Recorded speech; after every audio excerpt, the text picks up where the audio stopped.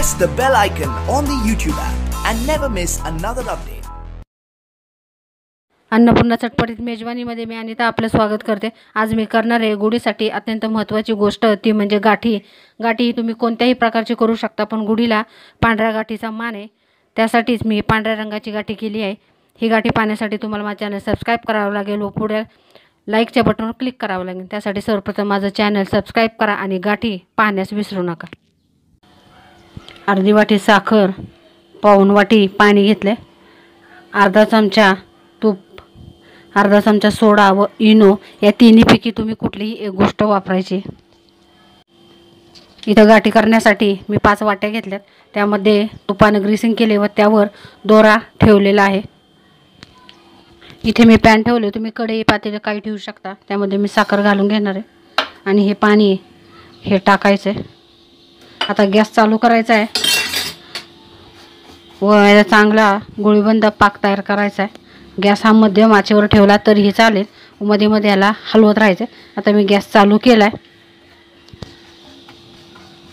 इथे आता साखर विरघळली, मी गॅस मध्यम केलाय। आता मी मध्ये मध्ये याला हलवत राहणार आहे।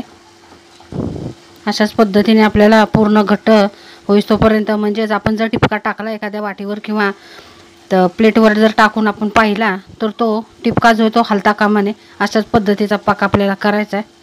आता मी ते हलवत राहते, 1-2 मिनिटं झालीत मी हे साखर अशी हलवत आहे। इथे मी चमच्यानं हा थेंब टाकून घेतलाय, हा बिलकुल हललेला नाहीये, म्हणजेच आपला पाक तयार झालाय। आता यामध्ये मी तूप टाकून लगेचच मिश्रण फसफसलं की आपल्या मोल्डमध्ये आपल्या वाट्यांमध्ये मी टाकून घेणार आहे। आपला पाक तयार झालाय, मी वाटेत टाकून बघितले, बिलकुल ते चिटकत नाहीये। आता त्यामध्ये मी तूप घालून घेतले, तूप घातल्यावर हे आपलं मिश्रण फसफसायला सुरुवात झाली आहे। आता हे लगेचच मी मोल्डमध्ये टाकून घेणार आहे। जरा ही वेळ ही जाता कामा नये, नाहीतर हे पूर्ण आळून जाते। मी पॅनमध्ये टाकून काढून या वाटेत टाकले होते।